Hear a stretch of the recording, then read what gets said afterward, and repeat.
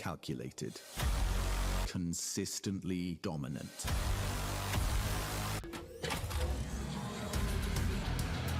Katowice reads the study of an entire generation of AWP hopefuls, returns to his fabled home with one objective.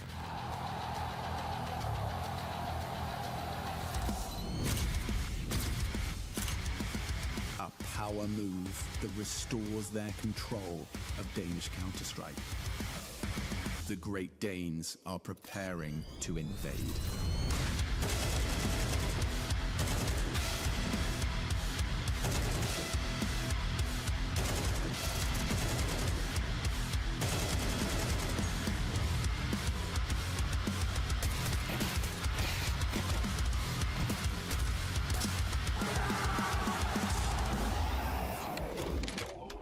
Upswing, down under. But the hardest part is doing it again. With the output of the All-American trio a certainty, JT's bailout clutches and Hal Zerg's output are critical in order to replicate their Sydney success. Monty, mainstay of the middle of the pack, work rate undeniable. But who alongside Waro can pry open the gates to the playoffs? The new prodigious prince. No desire to be the second simple, but the first wonderful. Having lost the identity and the firepower, Heroic were expected to be dead in the water. But rising from the ashes is not out of the question. Great or greatest? A question Glaive looks to answer with this compromised project.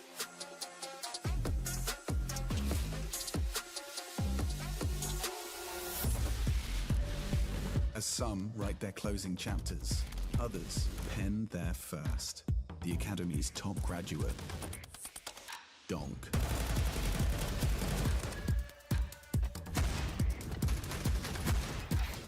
Self-professed inevitability. We are all here to witness his ascension.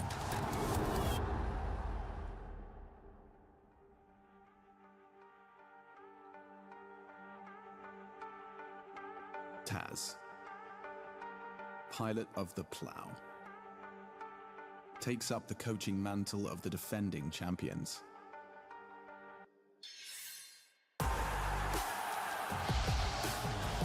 Moves made to ensure sufficient space for the brightest stars in the G2 system.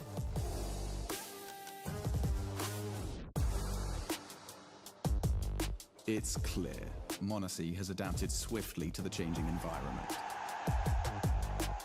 Eyes now turn to Nico.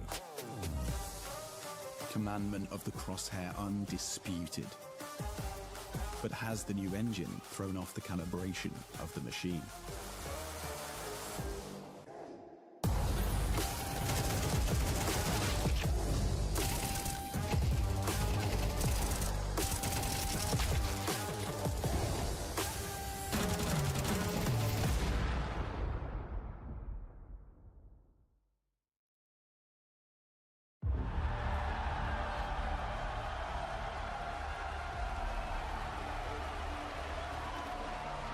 Continued and calculated in their reconstruction.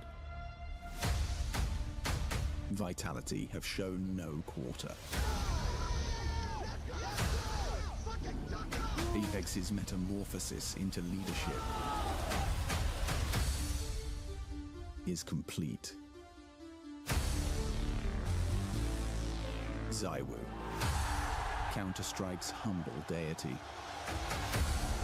In the game of minimizing mistakes, Zywoo's solution is simple. Just don't make them.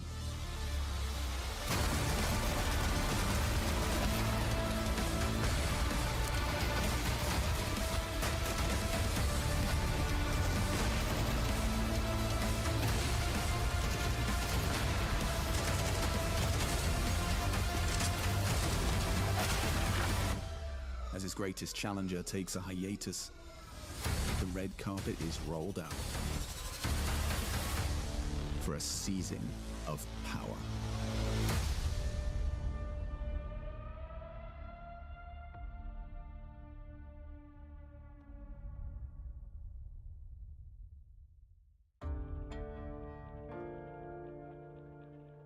Intel Extreme Masters Katowice is brought to you in part by Intel, Acer Predator, DHL, Monster Energy, the United States Air Force, 1xBets, and White Market.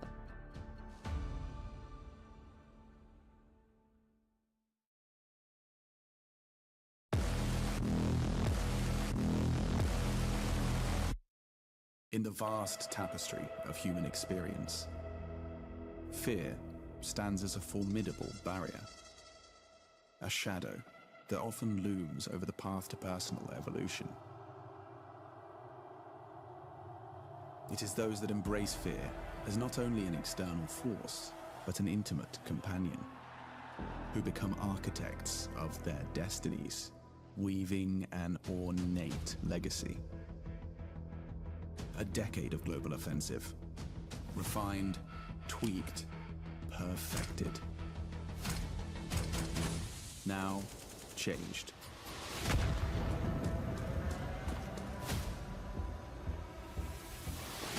These dream chasers and risk takers have made their moves. And the Hall of Heroes provides absolutes. It demands a response. How will you reply? Fight, flight,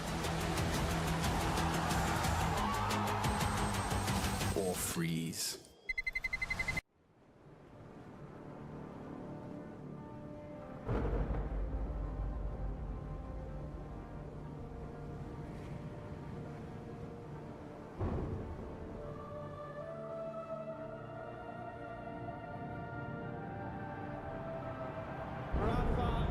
Making history. Absolutely phenomenal. And Ace is the champion of the Intel Extreme Masters World Finals. Storm's still not quite done. MC is going to take this fight, though. 3 seconds left. Last 2 rounds of matches got to start it well for ESC. And this is a massive move for Zez, but he's not content with just a Nexus kill. He wants to win. And it's all done. Astralis winning. Unbelievable Rogue with a 4-0 victory over Classic. And they did it again in the grand finals. It's Navu! Give it up for your Intel Extreme Masters World Champion!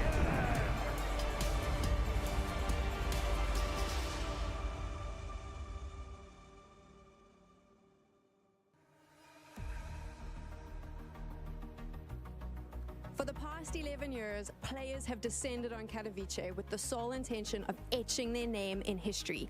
Legends have played in this hall because they want to lift that trophy. Some have come close, but only a select few have the skill, mental fortitude, and sheer force of will to be crowned champions of Intel Extreme Masters Katowice. As we move into the new generation and look to coronate Katowice's first Counter-Strike 2 champions, there are new stories to be written, new heroes to discover, and new champions to be crowned. An army of players are going to be descending upon these hallowed halls, but question is, who will emerge victorious? That is the big question, Freya. So many teams are coming to the Hall of Heroes to try and etch their names into history. We've got so many incredible squads. I'm going to be looking at Vitality, not just because of the UK connection, but they ended out last year so damn hot. FaZe as well, but let's not forget, G2 this time last year, lifting that very trophy in the Spodek. But more importantly, Sam, this is your first time in the Hall of Heroes. This is my first time, and I think any fan of Counter-Strike, when they walk in here, they see all these legends on the wall. It can be overwhelming. I cannot imagine what it's like for a player to come in here and potentially see them sitting across from you as well. All of that, and you've got these iconic voices bringing you all the action. Well, speaking of some of those legends, let's go on in and check over with Shox. Well, Yavi, welcome to Katowice. This is the location where you last year narrowly missed out on the trophy, but I'm so happy to see you back. How are you doing? How are you feeling? I'm feeling good. We are having a good time in the team with my new team. So yeah, it's just nice to be back, and hopefully we will do better than last time I was here.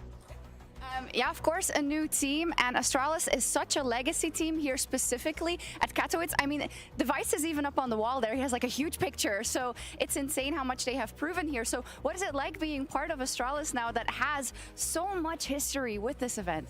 I mean, I think it's really nice to be under an organization that's so big and there's so much structure, and yeah, everything is just going really smooth. And obviously they won a lot of trophies in the past, but now it's all about what we have to do now. And yeah, we will try to do the best and make some results in the future. But I mean, we can't focus on the past. That is true. You can't focus on the past, but sometimes the past is right in front of you. You're playing heroic today. And of course, I have to ask, with that organization on the other side, as well as Shus and Tisses, is there an extra amount of motivation, an extra amount of nervousness going into that match? I think it's always nice to play against former teammates, especially when you played with them for a long time. I think it's the same with Nico. Nico does. We also played together for like a long time in Flames, so it's just going to be a fun match, and hopefully we will take the W. All right. The best of luck. Thank you. Here at Katowice, it gets very special for all these players, and we've got a young player. It is first ever Katowice, and I want to just see to start off with, what does that mean to you? I'm so excited to play my first Katowice here, and as a team, I hope we will show some good CS. As personal, I hope I will as well. And for you, right, coming into CS2, we're in the Hall of Heroes right now. There's legendary players who have been here for a long time. But does it motivate you? Does it inspire you? Yeah, it motivates me a lot. I hope I will become one of them one day, and I'm working hard for it. You look like you could become one of them for sure. Your server performance has been very good. But there's a new generation, a young generation of players coming up, right? You yourself being 18, we're seeing like Yimfat, Donk, all these young players coming up. Do you feel like we're going to see more players in CS2 replace some of the older players on the Tier 1 teams? Yeah, for sure. I mean, the young players is the future for this game, and I'm sure we will see a lot of them. Do you have any recommendations for like players you've seen maybe that might make it? Yeah, they should grind a lot, and one day they will show themselves. That's what it's about, getting that grind done. Now for you, right, you're with Eternal Fire, you've been there since April last year. What has this experience, what has this journey been like for you? It's my actually first like top tier team for the first time of my life, and these guys are like my legends, all of them. Yeah, they are the legends of Turkish scene, and I'm very happy to play with them. Well, I look forward to seeing you on the serve, man. Good luck going forward. The new generation is coming through. Nice to meet you, man. Well done. Well done. Yes, so many legends adorning these very halls, and so many contenders hoping to put their faces up there right next to them. My name is Ferris Pierce. Joining me, Janko and Mainak, to be opening up what is day number 1 of play-ins at the Intel Extreme Masters Katowice. I am so damned hyped to get into the action, guys. Absolutely, first big event of 2024, right in the middle of all the major qualification, RMR, all that good stuff. And with so many changes that we had so far, it's going to be a great proving ground for a lot of these teams. Definitely, and the first Katowice on CS2, right? We've made the transition to the new game now, and it is definitely one of the event of the calendar. So many old legends, but also the legends of tomorrow, and I think these interviews kind of show that already. Isn't it crazy just looking at the walls around us, right? We're coming from 1.6 into Go, and as you said, Machi, we're starting this new chapter coming into CS2, and we're starting off with some very tasty matches, Janko, on the A-Stream side of things. That first one very much piquing my interest. Yeah, without a doubt, right? The Astralis Heroic, albeit in a little bit of a different setting, the rivalry and the derby there, but I think also some of the games down the line, right? With Big, I'm really curious to see how they will perform. They've been up and down to kick off the year. Ends with Lukas Glaive, right, as well. How will they do? So yeah, we'll learn a lot more after this first day of games. Yeah, hell of a lot of questions going to be going down. So we check in with the 16 teams that we've got starting off the tournament, Machu, because of course we're starting in the play-ins. That's going to be going down for 3 days, and we're going to be moving on to that group stage where we've got 8 other teams waiting in the wings. But these teams, which one are you most hyped for, first of all, Matthew? Well, listen, I'm a little bit biased, but I have to say that the first steps of this new Spirit roster is something that keeps me awake at night. The donk, right? We actually walked into Spirit yesterday as they were in the lobby taking a couple pictures out there, and I thought, damn, like they're here, like it's happening. We've been waiting to see this full roster sort of gracing the steps of Counter-Strike, and it is going to happen now. And I have to say, the new Astralis roster also gets me quite excited. Okay, so you've got Astralis, you've got Spirit. What about you, Yanko? I didn't know I could claim them, all right. Yeah, It's you've all got right. those cards now. My boys from VP, they're back. No one likes playing them. They're annoying, right? They got a pretty easy opening game against Rebels. I think, like, for them, they can make a deep run in this tournament. We had in previous Katowice some of the play-in teams go all the way into the playoffs, but I'm also looking forward to seeing this Mongols Furia game, right? Because Mongols did knock out Furia in Cologne, in Katowice last year, so will they finally be able to get over that hump? Which team do you feel like has the most pressure on them coming into this stage of the tournament? Are we looking at anybody to be proving themselves immediately here in Kato? I mean, listen, obviously the highest seeds are the ones that have the most eyes on them. But I think a team like Cloud9, for example, like when you imagine where they're at in their trajectory as a team, we know that there's already a little bit of weaknesses here and there. People are discussing, is this lineup going to work? Opinions are going left and right. So I think in a playing setup like this, a failure would be cataclysmic for this roster specifically. It's hard because if you ask them, a lot of these teams will just tell you, it's no big deal if we fail, or once they lose, we just need more time to figure everything out. But I think definitely some of the big names in there when it comes to the play-ins, Cloud9, VP, Astralis, right? These are the teams that absolutely have to go into the next stage of the tournament. And I think also for someone like Heroic, let's say, sure, you know, it's a new lineup. They managed to qualify for the RMRs. That was the goal, right? But also just to get knocked out in the planes. There's some names in there. I mean, Shush and Tess has played the final last year.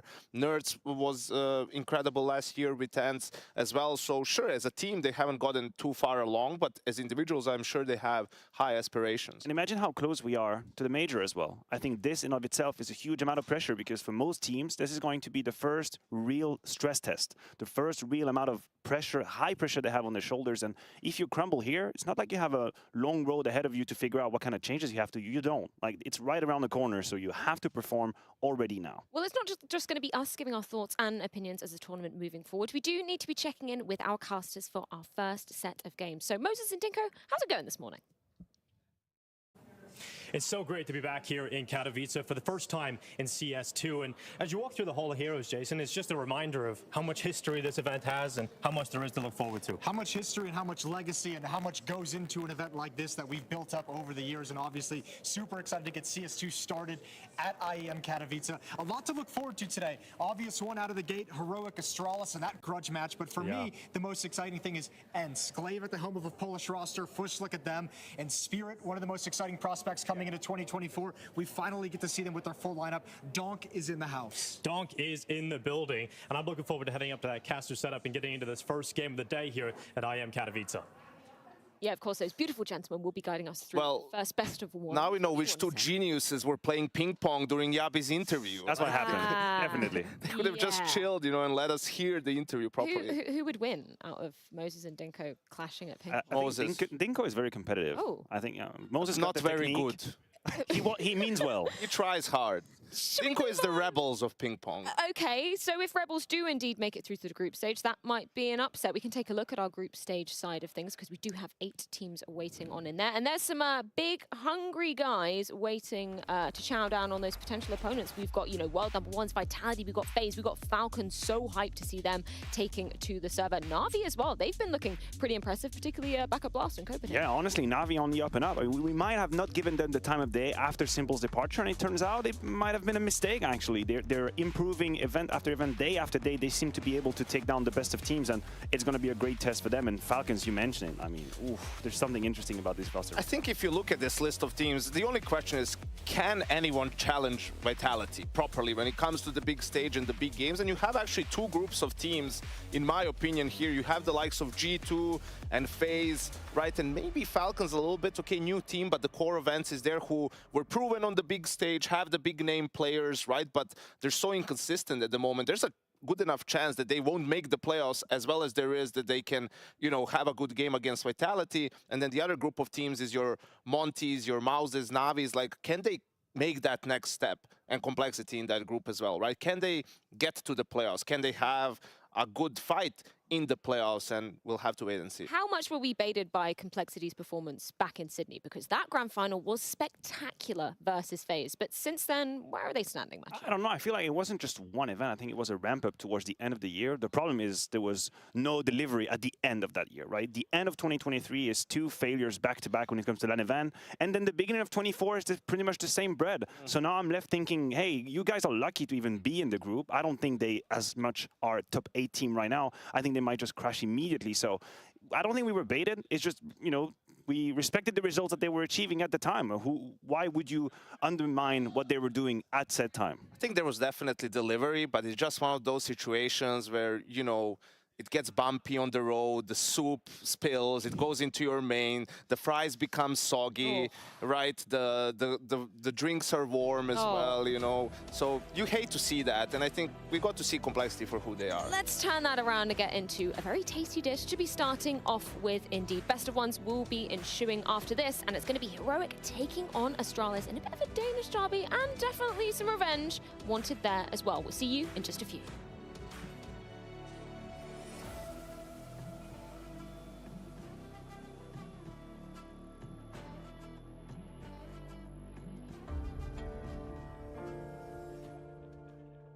Intel Extreme Masters Katowice is brought to you in part by Intel, Acer Predator, DHL, Monster Energy, the United States Air Force, 1xBet, and White Market.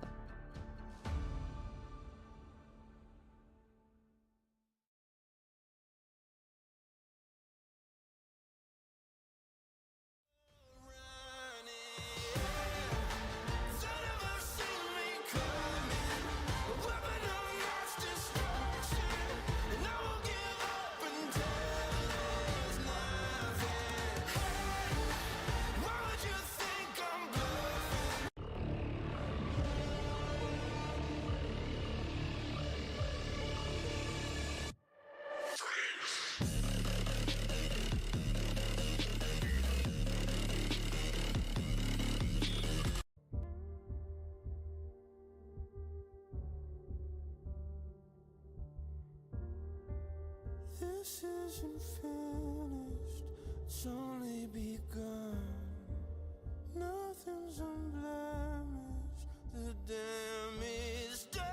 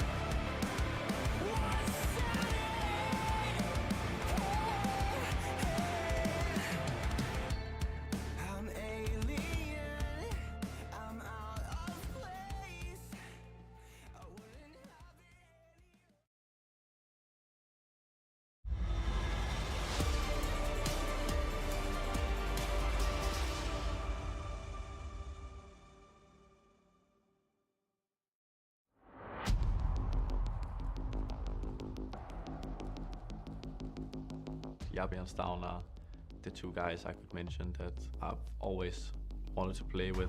I'm really happy, and I also do think that Heroic are happy. It might be a win-win. I can't blame Stavn, I can't blame Yabi for joining a prospect like Astralis. Look at the team, look at the potential they have. Look at who they get to play with in Blame F and Device. Heroic got the shot into the stick, and they have to rebuild from the ground up, whereas for Astralis, I think they're going to be great this year.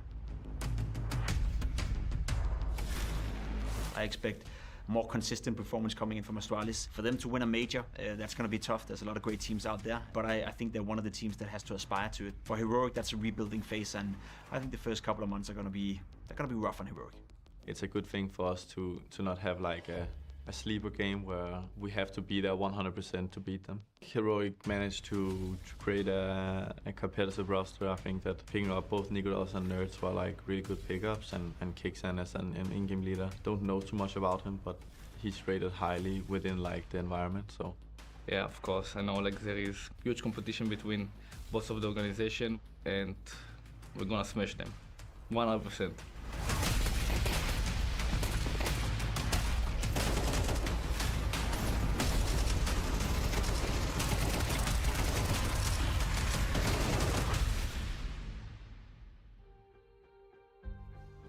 Well, you've got to respect rather, Nertz's confidence, but question is, will Astralis? Chances are, if we know anything about Blame F and Co, they absolutely will not, because Matthew, this is quite a spicy matchup to be starting off with. Let's talk about the tail end of last year when we know the drama that was going down between these two squads, and what Astralis managed to pinch from Heroic. I mean, there's definitely bad blood in the water here. There's no way around it. The fact that Yabi and Stavn went from Heroic to Astralis, we know a little bit the ins and outs, and we've all read the 27 pages tweet, of course, explaining the situation. But I think it's very loaded. There's a whole lot of emotions going on there, and there is something that's very key and instrumental to esports, is a little bit of ego, right? I want to beat you. You think you can do it without me? I'm about to step on your face, and that's exactly what they're trying to do here, and that makes for a spicier matchup. Yeah, what's happened has happened, and now it's down to really Stavn and Yabi just performing, right? And especially, I'm sure there was a little bit of, you know, maybe we feel like, oh, geez. Oh, we could put it on one graphic. You know, I wasn't even joking. But for them to perform, you know, outside of that system, and especially for Stavn, right? He's been also under the magnifying glass in some of those big games, goes missing a little bit, whether that's because of the system, or that's just him underperforming. Now in this team, you know, it's a different sort of a beast with Blame and Device there. This team has 4 top 20 players from last year. I think it's underrated how much firepower they have on this new Astralis roster. Absolutely, and think about for how long we've been frustrated with Denmark not being able to have that team that's winning trophy. Heroic came in the last 2 years, and they had a couple of moments here and there when you felt, oh my god, they're gonna break the glass ceiling, they're gonna be up there.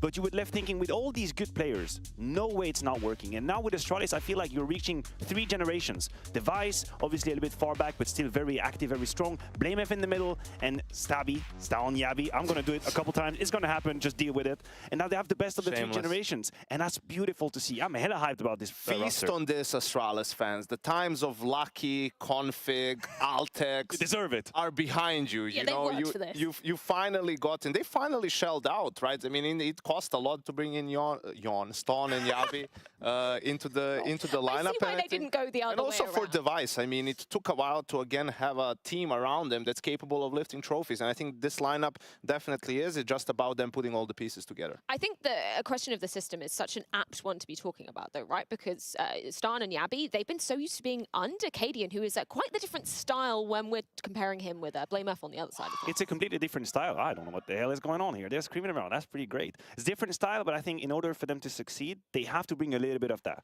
I don't think it can just be how Blame F wanted to play the game. Heroic definitely had a few very good ideas and good principles. I think the real question is, can you get the best out of the pieces? And by the pieces, I mean Stavn, Device, and Blame F. These are your 3. That's your triangle. That's your Bermuda Triangle. If you make that work, Stair has already proven he can be a very good fill, and Yabi's going to be fine. So as long as he doesn't have a wheel mouse jump like he did in Copenhagen, I'm still shocked by that. But if you have the triangle working out, that's it. Like, you already have a contender for titles. I'm sure of it. Well, let's flip things on over to the other side of the server and get a few words courtesy of Nerds.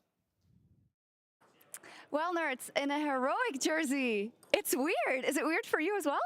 Yeah, obviously the colors are different, but I'm really happy to wear it. It looks great.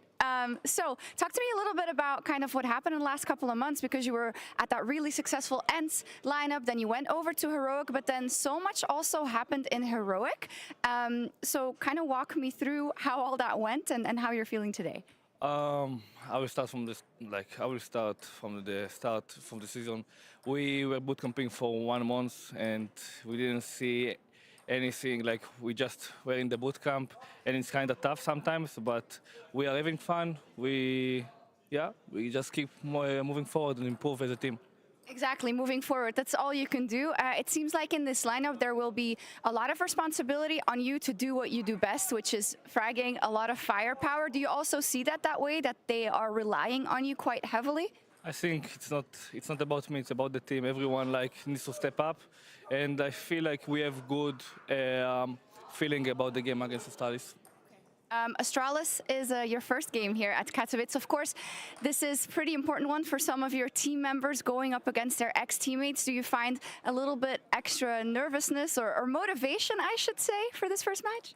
I think for both of the teams have the feeling that it's a derby and everyone wants to win it. But for me, it's just another game.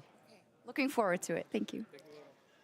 Yeah, let's touch a little bit upon the former or current Heroic players that were left behind, right? We've got obviously Shush, we've got Tezis still waiting in the wings of this now, international squad. How do you think they're feeling right now, Matthew? Well, they certainly have probably a personal connection with this game, and I can understand the use of the word derby, but the truth of the matter is, this is a brand new team. We're looking at a new project from the ground up. You replace your superstar, your AWP, and your leader. These are about the most instrumental pieces you can have in a team. So when Nerd says, it's not going to be on me, it's about the team, I say, okay, I'm with you, but there is no team yet. I don't think they are in a place where there is a team. I think it overly relies on individuals, and I got a little bit scared and scarred by what I saw in Copenhagen. It was very disjointed, very puggy, very limited, and that, again, puts pressure on people to perform individually. So I think the conditions remain the same.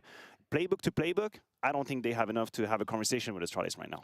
Yeah, it wasn't pretty in Copenhagen. They got absolutely trashed by Cloud9 in that opening game as well, and they're looking to bounce back here in Katowice. I'm looking forward to seeing more from Nikodos, right? I mean, he had that opportunity in Fnatic in the international team, didn't really work out. In CS2, he's been good. Pretty good with the rifles too, not just the AWP, so potentially he can be that extra element with Nerds, obviously the main fragger. Okay, so not super impressed with what we saw of Heroic in Copenhagen. What about Astralis? Because that qualifier game to get them to London, that got a little bit dicey at times. Were you worried, Matthew? Oh, of course I was worried, and that game delivered on all fronts. I think it was more about a roller coaster of emotion and a psychological journey that they went on. You're Astralis, you're on the cusp of beating Vitality, which would have been an incredible result in the best of 3. You punch your ticket straight to London, and then suddenly you face a malnourished Big who's sort of not really that impressive, and they are beating you, they're pushing you on map 1, and you're on the other side of the spectrum where you have everything to lose when all the eyes are on you.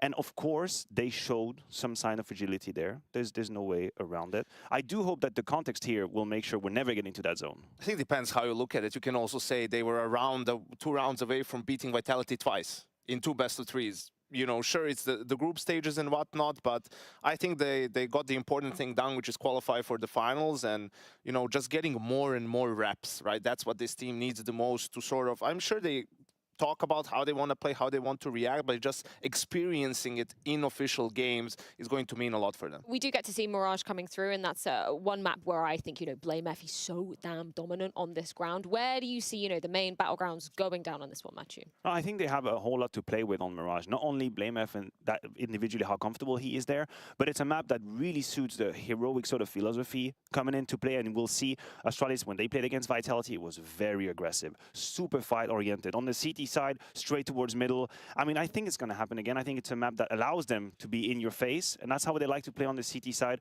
from all the angles, honestly. Okay, so tempted to maybe go with Heroic because he sold you on Was I upping Heroic here? I think Astralis is going to win. I think the reason why a year ago people would have called me one of the biggest Astralis haters, right? But it had nothing to do with Astralis. It's more so with who was in the organization, what they were doing, and so on. And they've turned it all around, and now we see a new face of Astralis. So I am full on the bandwagon. They're one of my teams to watch for this whole year. Well, let's dive on into the match. The first game to be opening up the play-ins of the Intel Extreme Masters Katowice 2024. And to guide you on through Mirage, it's Dinko and Moses. Thank you very much, Freya. Today, the battlefield holds no secrets. Stown and Yabi's controversial exit from Heroic pits former brothers-in-arms against one another for the first time. And we start this brawl on Mirage to kick off Katowice 2024, Jason. Yeah, and obviously an opening game, you want to come out hot, you want to come out and start this tournament feeling good, but there's a lot of pride on the line too. I mean, I know they held it back a little bit in these pregame interviews, but certainly for Stown and Yabi coming into this is about a proof of concept that they've made the right decision. So much controversy, and the only thing that gets it behind you is winning. This has a lot on the line for the mentality, and as we know, this Astralis lineup back at the Blast Premiere was looking solid, gave some good early glimpses. Here's a set of utility, and the pistol round execute is coming in for Heroic.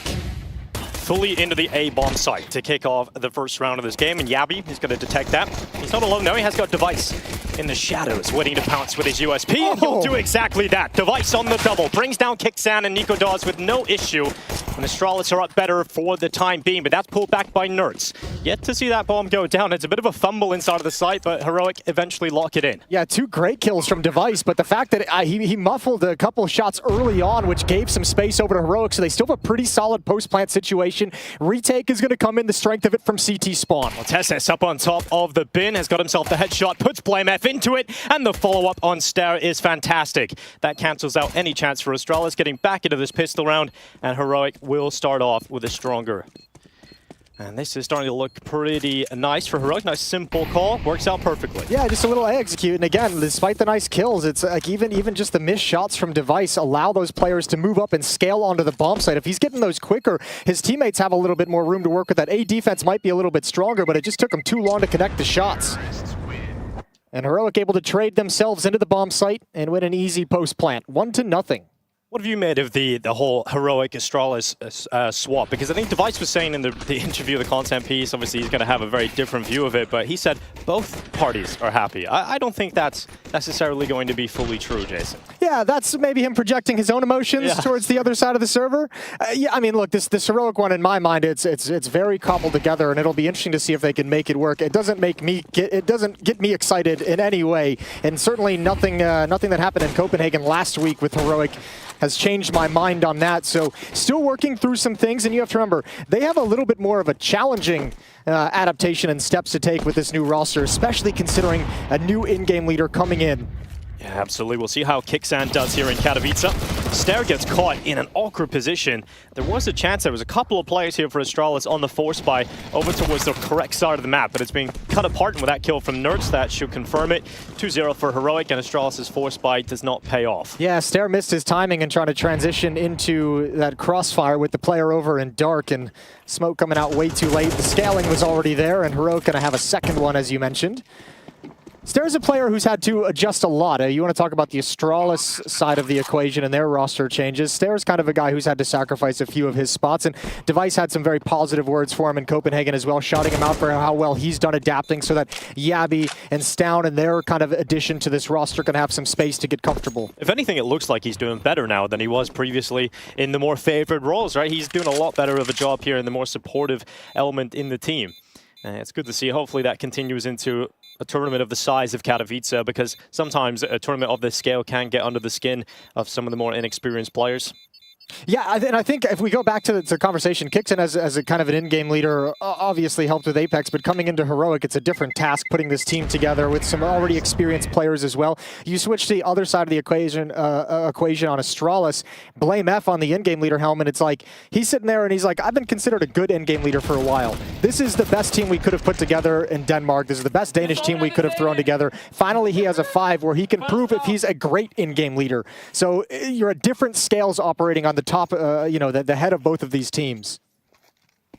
One is for glory, the other a rebuilding period for them, but a full eco on a couple of players here for Astralis. They obviously didn't get off to the best of starts here, and that force buy, it can sometimes come back to bite you in that second round, especially in a best-of-1 environment that we have ourselves here to kick off Katowice. Yeah, tough, unforgiving start to this format. Yabi's going to back away as the utility comes in. All lines of sight taken away. Well executed from Heroic.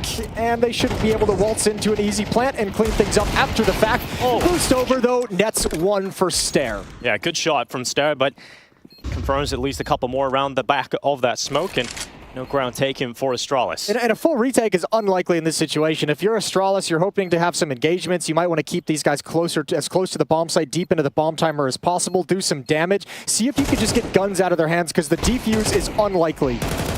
Putting pressure onto some of these heroic players. Nice shot from Ster on the follow-up, his second of this round, and Nico Dawes and Shush combined together to prevent any further kills. But that kill from BlameF will come through, and Astralis will come out a little bit happy about the fact they got a few extra kills here on the way out. Yeah, look at how, I mean, BlameF even just freezing Nertz as close as possible. Bomb's going to go off, and Nertz goes down with it. So 4 kills in the round for Astralis. That ain't bad. They'll take that into the first gun round.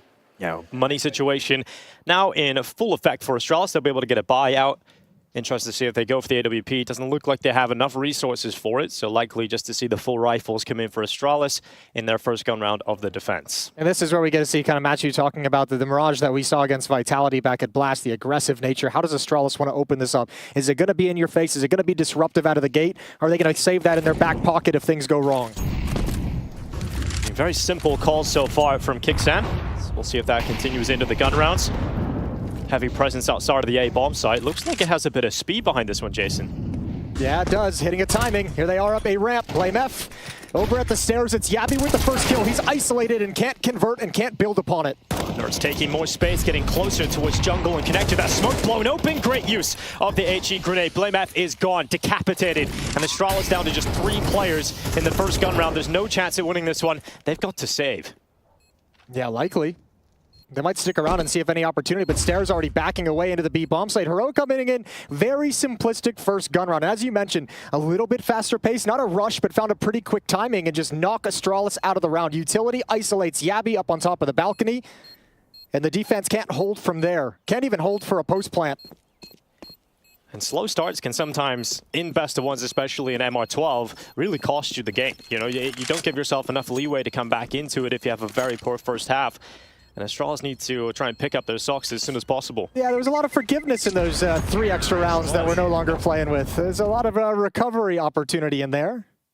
It is great to be back in the Hall of Heroes, though, Jason. You know, just seeing some of the memories of players up there in huge portraits, it's what makes this game kind of beautiful, is the fact that we do have that history to call back on, not just in the players, but this specific event as well, right? We've been coming here for a decade of Counter-Strike in Katowice, and now the first time CS2's here. Must be pretty cool for you being along the whole journey. Yeah, a lot of it. Not the whole thing. No, you watched it. You know? All right, mid-control this round for Heroic. 1-3-1 setup for the T side. Utility down and window and con. They've been able to replenish some of these M4s for another crack at it, Astralis. Yeah, looking to be a little disruptive as well. 2 players push up through the apartments. Now Stare left to his own devices. He's pushed up a little closer, and because of his position, he might be able to catch out Nertz here. I think more than anything, because of his position, Device is able to rotate off Catwalk. It's advanced position to get an early warning towards the B bomb site, and obviously if they come up Catwalk, a very tough position to deal with. The Stare is over in the halls. A new angle to battle with that B bomb site, so Astralis can focus more towards con, more towards window and middle. And Heroic has yet to make their second move. Yeah, default coming in from them, taking that mid-control. The underpass player in position now in Nertz. They've got the mid-control they've been looking for. Astralis have given them that, not contesting it. And Heroic just going through the motions as we now hit 45 seconds on the timer. Yabi position close to ramp. Here's the flash play. Nico Dawes slightly caught by it, but not enough to make it uncomfortable. And he handles Yabi, eats Incendiary, but he's not going to be looking towards Underwood because he spotted the player at CT. So this is strong from Astralis. This is a good hold towards the end. 30 seconds left to make a play, and Tesses has to crack it open. Good first headshots down, brought down, and a 2v3 is doable for Heroic. I gotta cover him. This is all on Tesses. Plant's going down. Good shot. Plant is gonna come in, and we've got a 2-on-2. There's a flank, however, from Stare, and will they expect it? Yeah, because of his early position at B, he's been able to get that flank on. Oh, it takes a while, but eventually we'll connect that kill on Tesses, leaving Kixan in the 1v2. In Katowice, he'll be tested on his in-game leadership, and now his individual skill cannot get it done in the 1v2, and it will be Astralis to pick it up. Yeah, found a way to isolate the fight, can't connect the shot, and that is a nice job from Astralis. Never expecting that second player to be advanced in dark at the A bomb site when the push on ramp got negated. And a pretty solid defense, but it's allowed by the rotation. It's allowed by the positioning, the advanced positioning from Stair over at Halls is able to make this defense so strong that you can afford to lose a player on the aggressive peek down ramp for information. For the first time, Astralis will now have the resources to get the AWP into the hands of one of the greatest players to ever touch the weapon. So Device has it out. Let's see if that can change the face of this game, because Heroic did get the better start. Astralis now have a chance to get their hands on it. Blows open the smoke to give himself some extra seconds for the mid shot. Nets him nothing but a very mid-centric defense. It's down up in ladder room, Blame F top con. Device is going to shift over towards Catwalk. Heavy B play coming in for Heroic, though, currently set up with multiple players outside of the apartments. Now, we talked about Stair's step up in performance. He has to do it again here. It's a perfect defense, though. Back-to-back rounds, Astralis has been able to have the right call and the players in the right position to hold off the attack. Well, Stair, here he goes. His Device connecting first. Tessa's caught. Good flash setup, allowing Stair for the peak, and he holds down nearly for 3, but he'll settle with the double. It does keep Astralis ahead in the player count, and 1 minute and 5 seconds left on this clock. Yeah, now they have a decision to make. Does Nertz remain aggressive and try and open this up? There's 1 minute on the clock, so he's hoping for another mistake out of the defenders. He already caught Blame F on a lurk up con. Yeah, he's going to slide out. Easy kill, and Kixon was coming to join up, and now he's got simply no options. Yeah, low health too of 36. He'll come out through the underpass. Would take an absolute miracle to even get close to finding himself in a winning position. Going to creep ever closer up the connector. Eventually should be detected by Stown, who will then call that information to Yabi, who will close the round, and a second for Astralis picked up in a row. Nice job from Astralis. Again, these mid-round adjustments, putting them in the right position. Stair taking a peek and B-Halls for a double kill before the execute can begin. But when you get caught by Device at that angle with the op, you know that B-Split's in trouble. And Yabi, you can see just proactive, not just sitting back and hiding under the wood. He makes a play forward, and that's the move that detects Nertz and really unravels around. Timeout taken for Heroic, first of 3. Yeah, first of 3. That change coming into effect with CS2. 3 timeouts now instead of 4. They'll talk things over as they've been read and shut down in back-to-back rounds.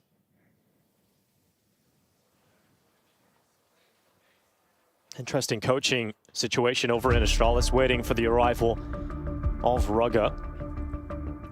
It's been a turbulent time trying to fill the spot of Zonic over the years. Haven't managed to really do it in the coaching department as well as the players. I mean, they've struggled to replace pretty much everyone, as you'd expect from that greatest of all time lineup over the years. They've gone through a lot of iterations and just now feeling like they have the right setup, the right team to return to glory.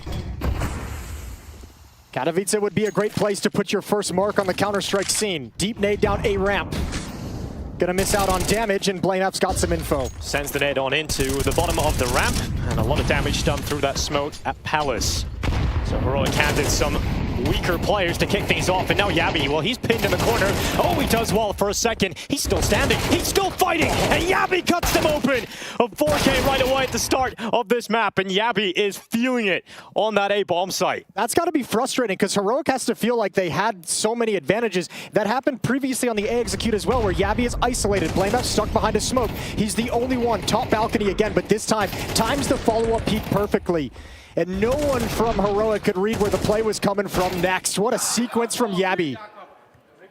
He just devastates them in that hole. They know where he is. It looked like he was in the disadvantageous position, right? He's pinned in the corner with multiple players coming at him, but enough distraction set up with his teammates too. And this should now be Astralis tying things up without issue. Nikodos caught the timing, just couldn't seize the opportunity. Yeah, why not take a risk when all you've got is the deagle? Lower economy, see if you can go get just a cheeky 1 dig. You had the timing, you had one chance at it. It was going to be a tough shot.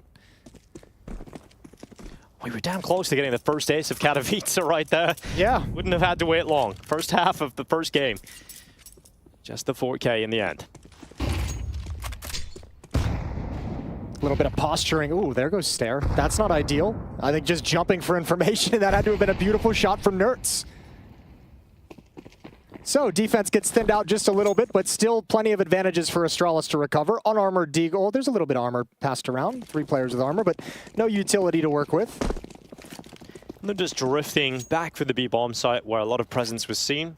and coming back over towards this A-bomb site instead. And BlameF doesn't like the fact he doesn't have the information, so he's made a play through the underpass to clear out apartments, and now should ready his troops in defense of the A-bomb site. Yabi's going to have a big job to do, and he's pretty committed. He's got to be careful with these deagles coming out of Palace, and he doesn't realize it just yet, but you're going to want him to stay alive as long as possible to give Device the space, and they switch up. Device takes Palace, and Yabi stays underneath, and the AWP is doing work at a distance and shut down with ease.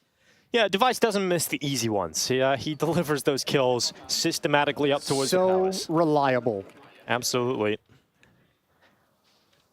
Still crazy how last year you wouldn't say it was a very good year for Astralis, yet Device and BlameF still somehow getting placed so highly in the top 20 players of the year. Yeah, individually for those two, very good, but obviously a little bit of chaos around them trying to find pieces that work. Now 4 of the top 20 players in the world find themselves in Astralis' ranks. They want to try and get some results, some team accolades to go alongside that. And BlameF gets down in mid. Tessus looking to play around the sides of the smoke.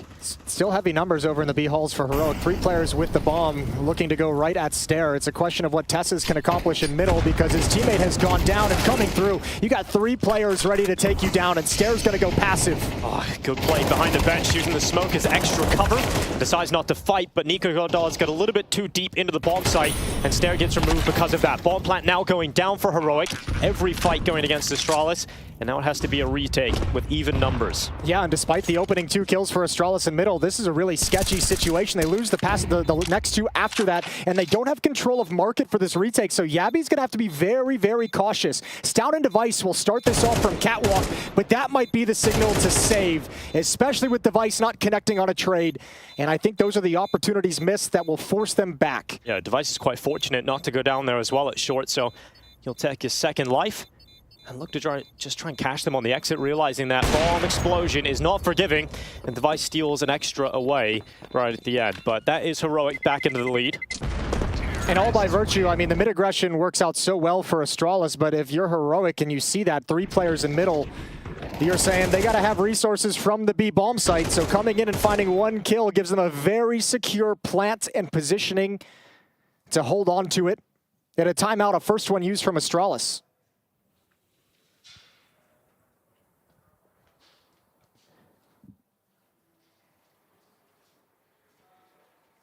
BlameF just having his say across the board. Got those fancy green hand warmers. Yeah, they do. I recently got one of those myself, Jason. It's quite good at this time of the year. Yeah. Especially, you know, if you don't want to turn the heat on, you just crack one of those into your hands and you're able to frag.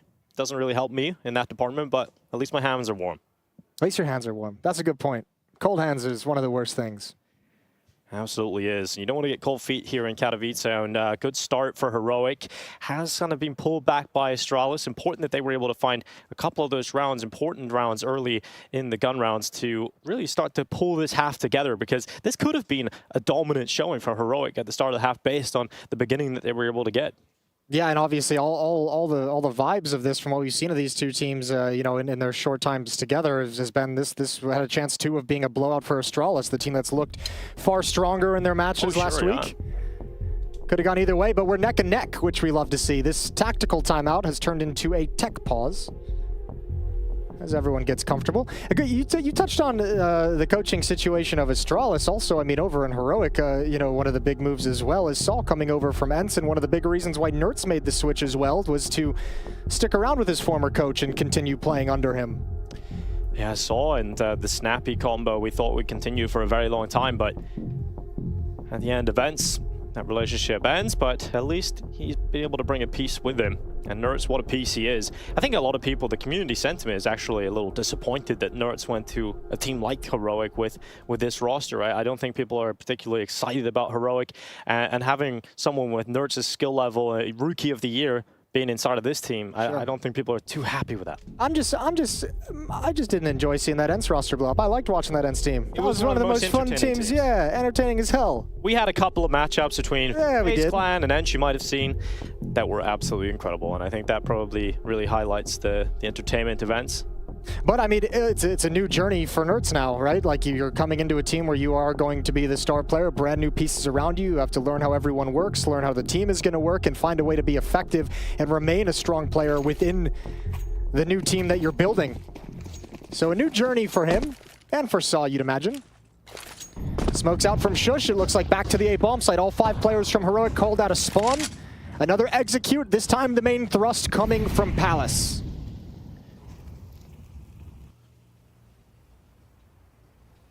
Flashbang held at the ready. BlameF's already at top mid. Device is waiting for the Palace peak again. Absolutely no way through. Nertz is taken out. Device will follow up with utility to plug that gap, and that has forced Heroic to search for another option. But BlameF, like you said, his early positioning gets himself into spawn. And it will be 1 kill for BlameF. Probably could have got away with another one, but he's detected the fallback plan for Heroic, and this has allowed Device to change position and get in towards top middle. Yeah, it's also, you know, he's overextended a little bit, so you have this angle, but if they come right at you, could be in danger. Looking for the information. Oh. What a flick up. Needed it. He's going to stick around and go for more, and that flick doesn't land. Yeah, it would be kind of ridiculous if you hit both of those flicks on the attempts. Device gets away with another one, and the early success from Device and BlameF has put Astralis 1 player ahead in the final 45 seconds. This round can still be dangerous, though, because it has thinned the defense and forced them to spread around the map. An isolated Defender and Yabby at the A bomb site. Stair's going to stick around on Catwalk monitoring B, and Stound's going for an aggressive push. So if they can get into a site and find Yabby without taking any damage, without losing a player, all of a sudden you've got a 2-on-2 with plenty of time. But that window of opportunity is closing. Might have even closed entirely at this point. Stound is close behind them. And no time to clear this position. Yeah, Yabby's just going to peek out from the firebox. That should be 1. And with 3 players still up and 9 seconds left, it's just impossible for Shoes to get anywhere.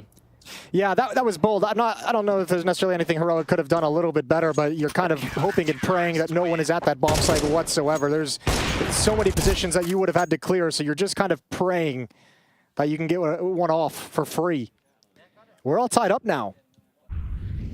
Let's take a look at a smoke that didn't quite go where it should have, and that's towards Stairs, which allowed Device to get this kill. Nice note. That's what can happen. You miss 1 smoke in the game, and it costs you the round. It costs you the opening move. Feels like Astralis knew that was coming as well. Device at Stairs with the op peering towards Palace. You had Stound rotating back towards CT Stairs. You had Yabby a little bit more aggressive than we've over towards Triple, and it felt like they had a sense that there's a chance that A hit is going to come in, because we've seen Heroic. That was probably what, the 3rd time they've ran just to, an execute. They changed the point of attack a little bit, but Astralis is starting to say, okay, if this is what you like to, we'll lean towards this bomb site to start things out. We'll shut this tactic down from you.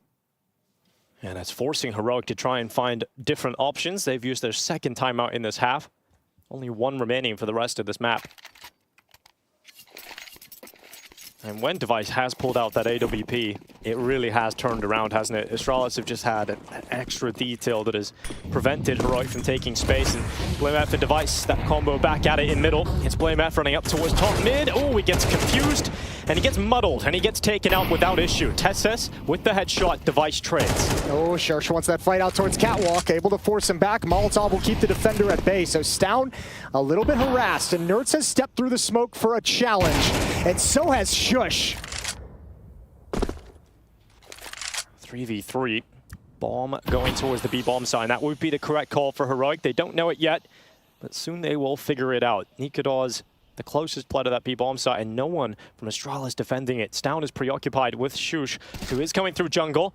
Now spotted, and Stound is worried about the position of Shush and the direction he was looking at, considering that B split potential. Stound goes back to try and plug the gap before they arrive, and he might have got there in time. Nice kill from Stound. He'll drop into the site, trying to be elusive. Just enough ammo to collect that kill. Stound is destroying them alone, and Shush now taken down to low health. And the cavalry of Astralis is arriving, but Stound does not need them. A reload inside of the site, and Astralis will take the lead again. Quad kill from Stound in the round. What a huge performance, because that's all on him. When you notice that player jumping up in towards windows and your teammates, both of them are at the A bomb site, you're the only one who can hold off the B hit. And you're telling your players, you know they're going to be delayed because they have to be cautious. They have to deal with the lurk before they can arrive. So this was Stound single-handedly and knowing he was the only chance to hold off the B hit.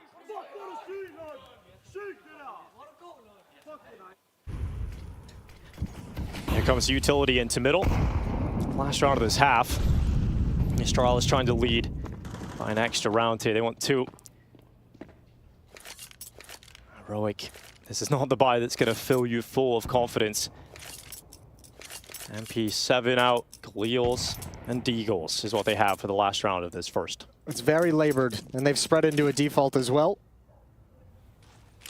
Kicks in for some late mid utility to help Nertz coming from underpass. Tessus is over towards top mid. And Device will be smoked off, so the op kind of negated, although there's quite the gap in that for Device. Yeah, it's like the Grand Canyon right here for Device to look through, and it's a nice shot.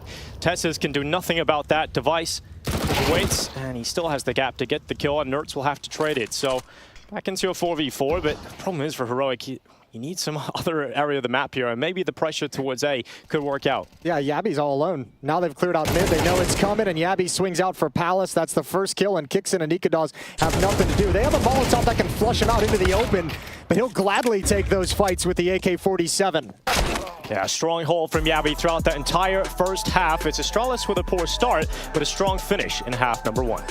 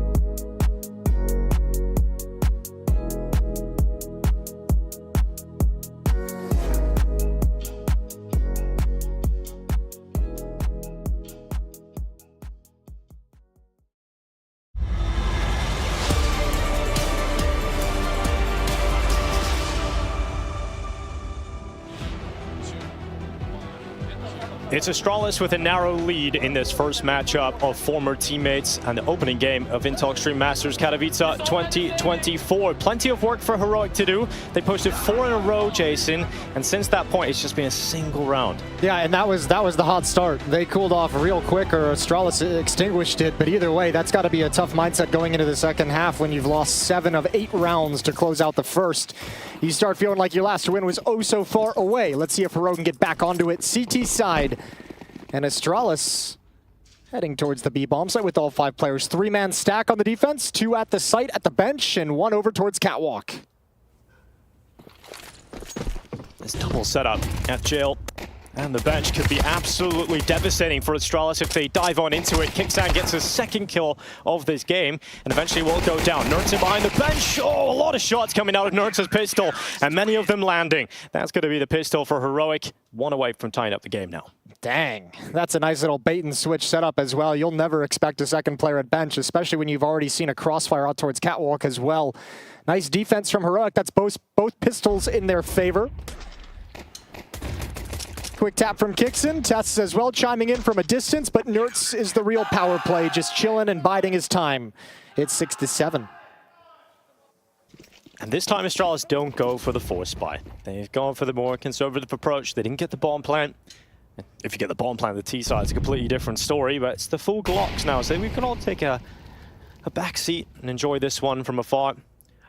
Hope you guys are enjoying the start of this wonderful 2 weeks of Counter-Strike we have for you. It's a great time coming out here to Katowice once a year and having the action unfold in front of us. Yeah, starting the year under the big lights. Very true. It's the first Masters level event we've had in CS2, so that's going to be very exciting to see how it all transpires. And this is going to be not so exciting this round, Jason. This should be a bit of a meltdown for Astralis. Yeah, really the only point of danger, Yabi with that Deagle, he's going to come out and bait this jump. You have Blame F and Stare. They could collapse onto this, but with the more powerful, the M4s, the rifles, yeah, easy cleanup. As you mentioned, not too exciting. Blame F only gets the 1. And Heroic don't have to worry about anything in that round. But now the buy comes in. AK-47's utility picked up for Astralis for their first offensive gun round. The calling style of Kicksan in that first half was very simplistic, right? We've seen a lot of heavy executes into bomb sites, contact play in the first gun round. Interested to see where the comparison can be drawn between Blame F and Kicksan's calling style here in the Well, it's to be expected of the new rosters, right? And even Maniac on the desk kind of brought up that point, is just in terms of playbook to playbook, there's no way that Heroics had the time to develop it. Fast pace, punch in the face from Astralis. Yabi has the opening kill. And this mid-play from Heroic, they know Shush has dropped down. They know there's one more player who has to fight to escape, and they're not... Oh, they will let him. He gets away. He gets a kill on top of it. 4v4 drawn out because of those early skirmishes. Now with a minute 20 seconds, still so much time left in the round. Heroic just juggling some weapons, adjusting the defense, putting Nikodaz up on top of those ninja boxes, and Kicksan will drop back elsewhere. Yeah, willing to play retake on that A bomb site. The defense is over towards Khan as well. Happy to be blocked off by utility as long as they can control Khan in the middle of the map. If the A hit comes to pass, a little bit of cheese from Heroic with that Nikonaz boost with the SMG. Astralis still content to control middle. Keeping Blame F in position and using this smoke timing and window, denying information. Blame F sees the peak. Nade blows open. He calls it out. He's been cleared. And Astralis hustle over to A ramp. Pretty surprising Blame F even gets a kill in that engagement. I thought he was dead to rights with nothing, but still manages to get a little bit out of it. And now with 35 seconds left, Astralis make their final pounce of the A bomb site. And you mentioned the retake setup. Might not come down to a retake here. Kicksan strong enough. Nertz will not be though. Flash connects from Device. And Nertz will fall down. So 2v2, bomb plant starting to come in. And here's that retake attempt now starting to come in for Heroic. Nikodaz is so low on health. Luckily, he's able to switch out to a better weapon. Oh, no kits, and Kixon has no head. And yeah, now Nikodaz is in the horrifying decision, or I guess the easy decision, of just saving the weapon with 22 health. So Astralis find a way in the mid-round to readjust on the map, using Blame F as a pivot point, and a solid late-round hit towards the A bomb site will keep them nursing a lead, or regaining a lead at 8-7. And it's been Yabi who's really stepped up across this map. 15 kills, 8 deaths. And a lot of those A holds were simply done it. And he got that 4K early on in the game. It was so sick. He got tested a lot in that first half. He had a lot of attention sent his way, Yabby, and he stood pretty damn tall. 15-8. Even gets the opening kill here. As the mid play from Tessus and Shush is a little bit late on the timing, so they're already swinging out mid. Didn't expect the pace and aggression that Astralis brought to the table.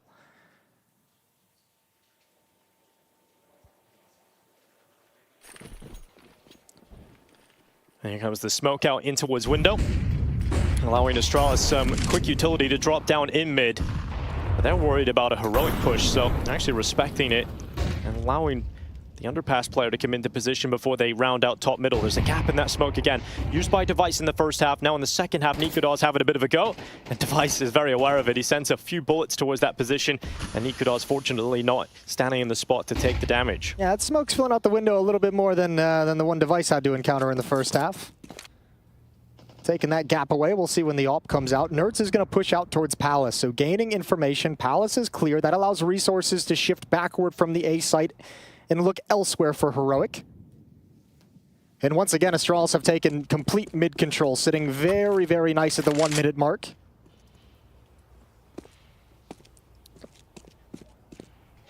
Astralis might just be respecting... The bomb, I was worried for a second there. The bomb goes back, doesn't... Oh, they got it. Don't you worry. Yabby ain't going to forget that bomb. This is turning into a B split up catwalk. He's coming up short, looking for this split, and the problem is Heroic have so many players inside of the site for the defense, so this might not be as easy for Astralis as they are hoping. And Kixan hearing the burning. He's trying to help his teammates out, but it's not going so well until his turn comes through. A double from Kixan. Staring Yabby, creating more space for Astralis, but 28 seconds left. Kixan has done so much. After a disastrous first half, it's got to be a good feeling getting off to a good start here in the second half. We saw this in the first half as well when Astralis on the CT side. We saw like a B Halls push from Stare, give information over that allowed Astralis to cheat towards the A bomb site. This is the same thing, just in reverse. With Nerds pushing up towards Palace, seeing it's clear, hearing nothing at A ramp, and allowing Heroic to park 3 players at the B bomb site for that split. Information being the ultimate victor in that round. And once again tied up, and Astralis is out of money.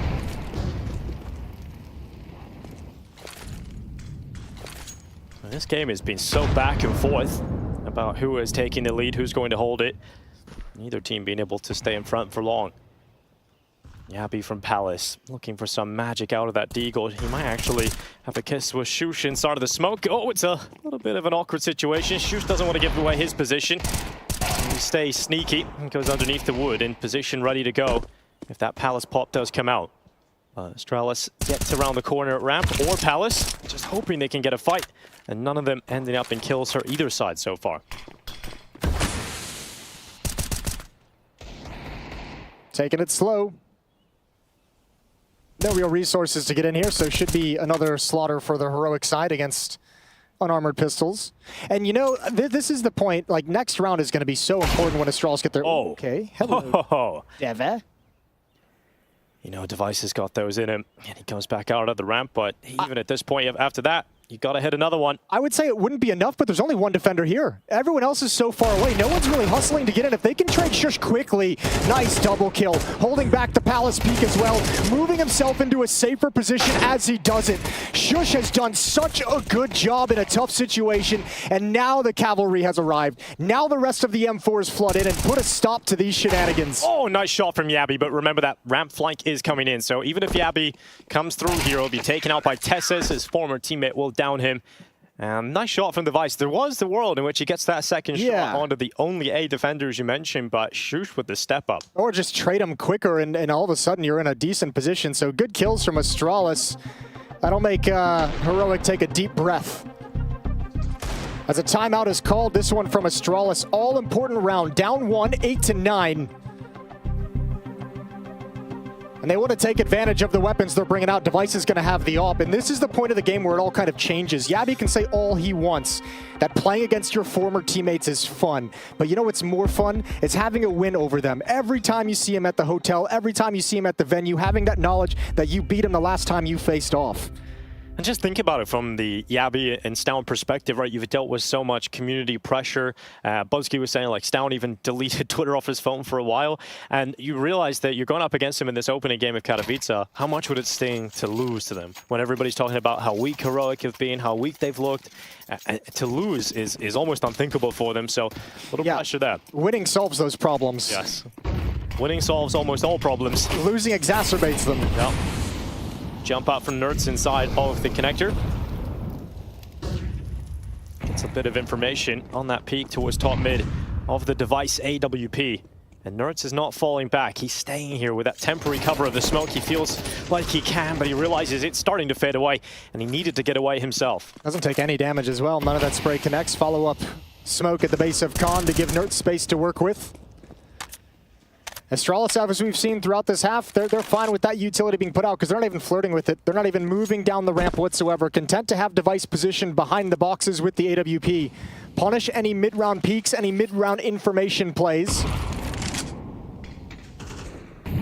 And now, again at the 1 minute mark, starting to make their move.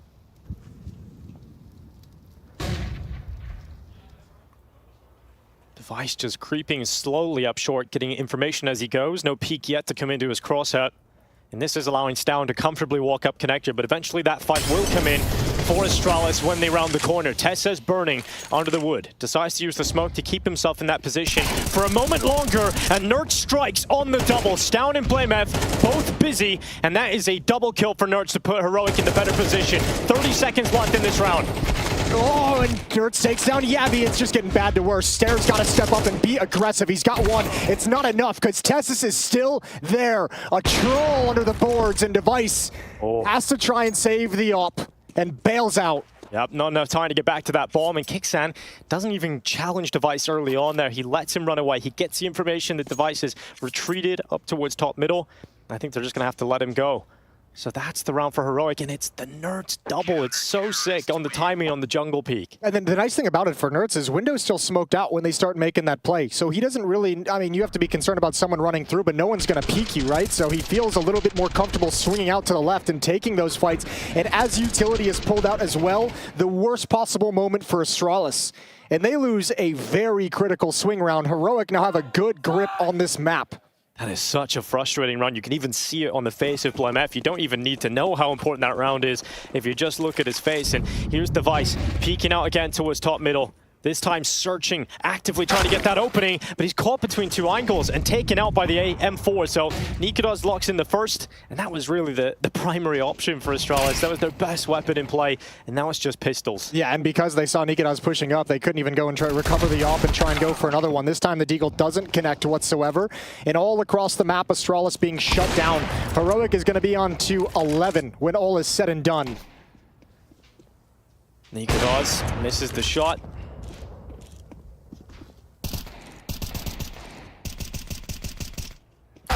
Oh, what a shot from Yabi on the swing. Nothing Nikodos can do about that, but it gets even better.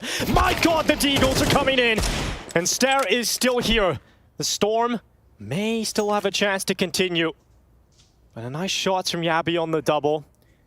But it might just be a glimpse of impact and then fade into irrelevancy in this round because Heroic have calmed the Storm down. They've dropped back, and now Stare doesn't have a whole lot of chances. Yeah, he's paused a little bit to allow them to back off these aggressive positions in mid. Tessus is going to come from that peak, and not quick enough. Stare can adjust. 11-8. It got a little bit dicey at the end, but never felt like the round was completely in reach for Astralis. They got one timeout remaining in regulation, and they're going to use it here. Another buy coming in, and they need a bit of a comeback. Yeah, at this point, Jason, is do or die, right? At this point, as you turn this ship around completely, you might be staring down the face of Heroic taking a win over Astralis. And, you know, the history between these two organizations, the history between the players, what a way to start the day here for Heroic it could be. And we know how difficult it can be when you lose that opening BO1 at a tournament like IEM Katowice. You're in the play-in stage of the competition too, right? Astralis with this move have aspirations of making it all the way. They want to go all the way and challenge for that title. And then the first day of the play-in, they might suffer a brutal loss to Heroic in the opening BO1. Yeah, it could be a little bit of whiplash coming out of Blast, where everyone was impressed with their performance, taking a series win over Vitality, over the best team in the world. If you can't get through the play-ins, that'd be rough. This first match is going to put him in a very tough spot. Kixen going to push up in middle. Excited at the prospect of Astralis' slow pace. He wants to get some space. Through the back of the smoke, it's one from Kixan, and followed up by Nikodos. Astralis in this gun round, we said it's do or die. Well, it looks like they are going to die. Stair left in a 1v3. Astralis get nowhere. They don't even look like there's a chance in this round, and that's an opportunity for a kill you've got to take if you have any dreams of a 1v3, and it isn't going to happen. Nerds is fired up because they know that's map point for Heroic in this BO1. Yeah, damn, they have so much confidence right now. Once they've gained this lead, they felt it within reach, and they're the ones taking the fight to Astralis. These last 2 rounds, aggression in middle.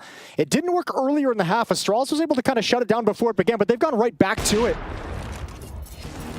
And Astralis is having no breathing room to work with. The timeout used from Heroic, calming everyone down, getting them to focus on the round at hand. They've got 4 chances to close out this match.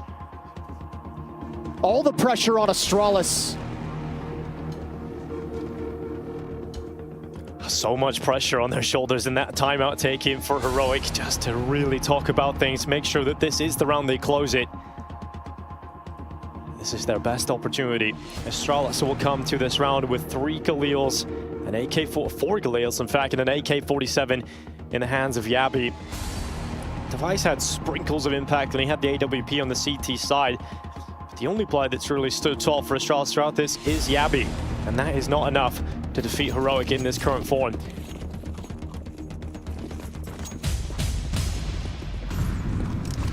Well, we simplify things for Astralis.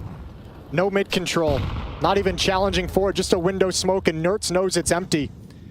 An A execute to keep the map alive for Astralis. Nikodos shooting down in towards the ramp. No kill connected yet. Astralis have a bit of space out of the A-bomb site. Hopping over the stairway. It's going to be Stair running down to death as Shush takes him out. Heroic have the man advantage. And they are one step closer of closing this opening game versus Astralis, but that bomb will go through. Gives Astralis a fighting chance, and even more than that by BlameF. Nikodos is taken out this time around, and Stown fights down towards CT. They combine, and those kills should confirm the round, and a lifeline for Astralis to keep going and push up to 9. Yeah, it's always the tense point in those attacks when you get the bomb site, you know, essentially for free. You do lose a player jumping over and getting aggressive, but you spend all your utility on the hit, and then you don't have anything to hold them off, and this time they get the kills out towards CT spawn. Kixen gonna grab a double on the exit. But Astralis at 9, still fighting in this, now just 3 rounds away. Those kills from Kixan, let's see how much they affect Astralis' purchase into this next round, because that could be one of the moves that helps the final blow come through. So you can get a couple of drops, obviously, from the saved players, and they should get every premium rifle they look for. This is the kill that really gets it going for BlameF, and then the double fight at CT had to go Astralis' way, and it does. Plenty of opportunities still for Heroic to close out this first game. But a chance, I mean, still for Astralis, and you touched on it earlier, Yabi, 22 and 14. Next close on the team is 13, just from an individual numbers game. Astralis side, with all the strength and talent that they have in these players, it's not manifesting itself in the second half the way they'd like. Yabi's bought them time to wake up, and now everyone is needed if they want to force OT.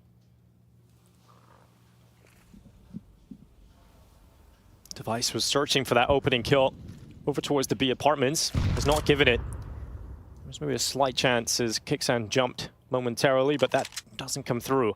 The issue I have, Jason, is look at the weapon that Kixan has, right? It's not the weapon you can really have a long-range fight with, and the timing on this boost might not work out for them. Yeah, well, forget the weapon for now. The big thing is the Molotov and the smoke. He just puts out the Molotov towards middle, so he's not going to have it for a B hit, but this open position jiggled out of the way, and now Device steps up to the plate. That could have been a very different story if Nikodas lands that first shot, but Device is able to get through, and that miss whiff from Tessis is not going to work out for Heroic here.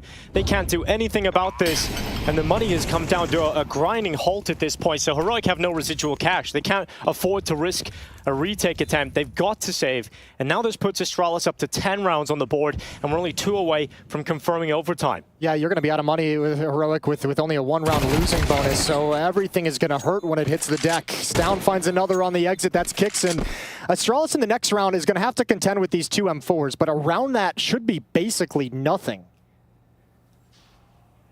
So a little bit of breathing room to actually get to the final round to see if they can force overtime or fail at the final hurdle. I'm sure we'll get to see this missed shot from Nikodas again. Him being in that position, watching the apartments, allows those 2 players to stay inside a short. But when he misses the shot, it's all hell really breaking loose inside of that B-bomb site because you've lost so much space there. You've got to bring those short players on in. And Device just sliding into that peak off the missed shot. It's a thing of beauty. There's the shot baited out. And Nikodas can't handle the follow-up peak. 2 rounds away. And around those M4s, a deal for Tessis, a P250 for Nikodas. It's exactly how you put it, Jason. Nothing really around these M4s. Nothing of note. Still can be dangerous. They wanted the challenge against what they know is going to be a weakened economy. 1 for 1 is okay for Heroic, but they lost the M4, one of the rifles that they had. It's Stare for the trade and a follow-up kill, and still applying pressure to this A-bomb site. Astralis have found a bit more comfort in this first map at this point. They see the light at the end of the tunnel. They see that overtime. Heroic didn't get what they wanted out of the initial rifle. Yeah, but they've kind of they've read what's coming. All 3 players are here, so yeah, even though you only have the 1 single rifle to work with, you at least have the benefit. They're going to try and grab that gun. Oh, Nertz is in danger. I don't think they spotted it either. He sees the feet tapping away. Stares brought to about half HP, and Nertz is relentless. Nertz is relentless, but Yabby is there. The double swing allows that kill to come in, but Tessis is traded out. They won't know about Kixen. They won't. He's such a good position here inside of default. Peeks out. It's just 1 for Kixen, but his teammate still stands and is one of the sharpest riflers in the world. Nertz on the 2nd kill, and Yabby's out of there. He's running back. It's a 1v1 for the series, for the first map of IEM Katowice, and Nertz is trying to get back to that B-bomb site in time. I think he's going to beat him. I think he, oh no, he goes towards the window. He's going to jump up towards Catwalk, goes towards the middle of the map to see if there's going to be a readjustment. So Yabby, best player in this map, has to win a 1v1 to keep Astralis alive. Nertz in the clutch in this B-bomb site has been known to pull off miraculous things, and here he comes. Crossing on over, misses the timing on the peak on Yabby, and now Yabby could be anywhere. He could be anywhere inside of this site, and Nertz does not have the utility to limit positions, and that time will start to run out. This one's for all the marbles, and it's Yabby to keep Astralis alive. Oh, a tense clutch. Yabby, you could see at the end, had lost track of Nertz and realized that Catwalk was a danger point, so it was all down to timing, but Yabby has it. A big-time clutch. And a big-time player at the moment, 24 kills, that makes it. And Yabby was the player that defended that double ramp push as well. But I mean, you can just see, even just 2 rifles can be oh so dangerous at this level. Heroic almost just stealing the map-winning round. Here we go, round 24. Overtime or bust for Astralis, and Blame F is taken out of the fight immediately. Now the bulldozer is dealt with, and now it's down up short, looking to try and make up for it. They're sending him reinforcements. They start to clear out ladder room. Tessa is trying to set up position, but they're not ready for Stown to arrive so quickly. He seizes his chance. He grabs that opportunity, but Stare crosses into the open without looking towards Nikodas, and the Heroic defense are starting to bring down Astralis. It looks like they might just bring them down completely, and that is exactly what will happen. Heroic in the first derby of the Danes in 2024 come out on top of Astralis, and this one's gotta taste good.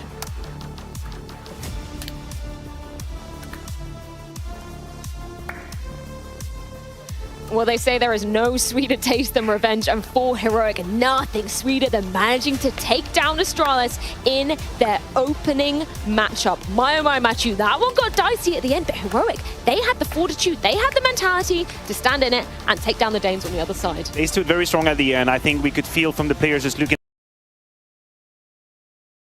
for a CT side for BB.